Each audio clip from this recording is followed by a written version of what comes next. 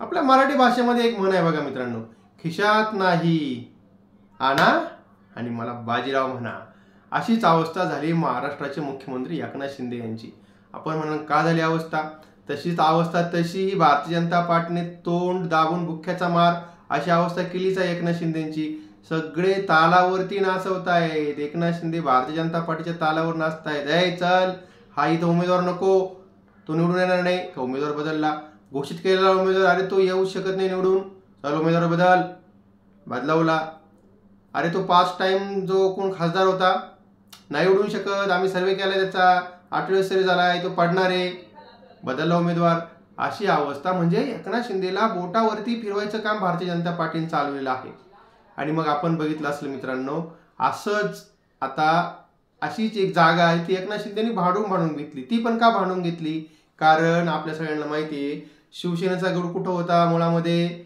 मुंबई, कोकण.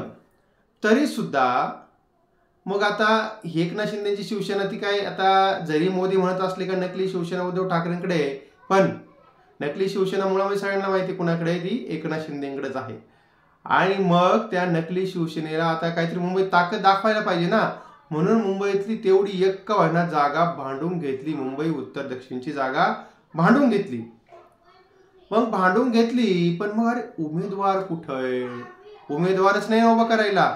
मग त्यांना उमेदवार उभा करायचा म्हणून मग आता त्यांनी आपण बघितलं असेल मित्रांनो, आता त्या ठिकाणी कोण होते पहिले खासदार? गजानन कीर्तिकर.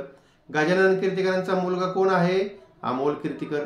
ते आहेत आता, ते कुठे आहे? ते उद्धव ठाकरेंच्या शिवसेनेमध्ये. पण जशीही त्यांनी उद्धव ठाकरेंच्या शिवसेनेने त्यांना उमेदवारी घोषित केली, लगेच ईडीची इडापिडा त्यांच्या पाठीमागं चालू झाली. आणि ही ईडी जी आहे ना, ती आपल्या सगळ्यांना माहिती का ईडी हे भारतीय जनता पार्टीच्या हातातलं बाहुलं आहे. आणि मग त्यांची ईडीची इडापिडा चालू झाली. मग आता एकनाथ शिंदेला वाटलं जरी पण बाप माझ्या पक्षात आहे, पोरगा हा तिकडच्या शिवसेनेमध्ये आहे, मग याला जर तिकीट दिलं, समजा बापाला तिकीट दिलं, तर मग बाप नेमकी पोराच्या विरुद्ध प्रचार करेल का पोराला निवडून आणण्याचा प्रयत्न करीन? त्याच्यामुळं गजानन कीर्तिकरांचं तिकीट कापलं.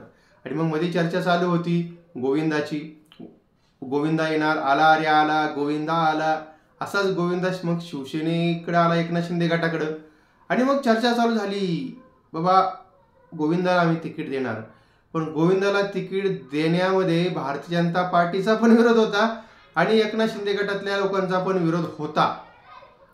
याचं कारण त्या भागामध्ये साधारणतः मराठी समाज जास्त आहे आणि मुस्लिम समाज सुद्धा साधारणतः जवळजवळ 18% मतदान आहे. आणि मग आता त्या ठिकाणी उभे आहेत कोण? त्या ठिकाणी आता उभे आहेत अरविंद सावंत. आणि मग आता हा सगळा जर विचार आपण केला तर मग ते गोविंदाचं नाव नंतर मागं पडत गेलं. आणि मग नवीन नाव आलं संजय निरुपम. आता हे संजय निरुपम काँग्रेसमध्ये नाराज होते आणि ते काँग्रेसमध्ये नाराज असल्या कारणानं आता ते सध्या काँग्रेस पक्षानं त्यांना डच्चू दिलाय, म्हणजे त्यांना निलंबन केले त्यांचं. आणि मग आता हे संजय निरुपम सध्या द्विधा मनस्थितीत आहेत. भाजपमध्ये जाऊ का एकनाथ शिंदे गटामध्ये जाऊ, अशी त्यांची परिस्थिती झालेली आहे. आणि मग अशा चर्चा करता करता करता करता त्यांचं सुद्धा नाव मागं पडलं. नंतर मग आणखीन वेगवेगळ्या आपल्या याच्या सिनेमामधले आणखीन 1-2 हिरो वगैरे त्यांची पण नाव आली होती. आणि आता नाव आलेलं आहे रवींद्र वायकरांचं. आता हे रवींद्र वायकर बघा, त्यांच्या पण मागं ईडीची इडापिडा लागली आणि शेवटी ते वैतागून गेले कुठे? ते शेवटी वैतागून गेले परत याच्यामध्ये गेले कुठे? ते गेले परत एकनाथ शिंदे गटाकडे. मग आता या रवींद्र वायकरांना तिकीट द्यायची आता अशी चर्चा चालू आहे. पण रवींद्र वायकरांच्या तिकिटाला सुद्धा एकनाथ शिंदे गटातल्या काही शिवसैनिकांचा आणि भारतीय जनता पार्टीचा विरोध आहे. आणि भारतीय जनता पार्टीची अशी चर्चा चालू आहे का तिथं एकनाथ शिंदे मध्ये काही दम नाही, जागा निवडून येऊ शकत नाही, मग ती जागा आम्हाला द्या. म्हणून मग आता एकनाथ शिंदेच्या हातातून ती जागा मुंबईतली जाऊ शकते. मुंबईतली ती जर जागा एकनाथ शिंदेच्या हातातून जर गेली तर परिस्थिती अशी होईल, शिवसेनेचा गड आणि स्वतःला ओरिजिनल शिवसेना म्हणवणाऱ्या एकनाथ शिंदेला मुंबईमधून उमेदवार भेटायना अशी अवस्था होणार आहे. त्याच्यामुळं आता एकनाथ शिंदेचं नेमकी काय होणार आहे आणि सगळं मुंबईतून एकनाथ शिंदेचे जे काय आसन आपण म्हणूया लोकसभेचे सगळे उमेदवार आणि लोकसभा ही जी आपण म्हणूया संपूर्ण लोकसभाचा जे जवळजवळ 6 तर जवळजवळ मुंबईचा विचार केला तर 6 खासदार होतात तिथे. मग तर हे 6 खासदार आता शिवसेनेसाठी तडीपार होणार आहेत का? याचं कारण जागाच नाही.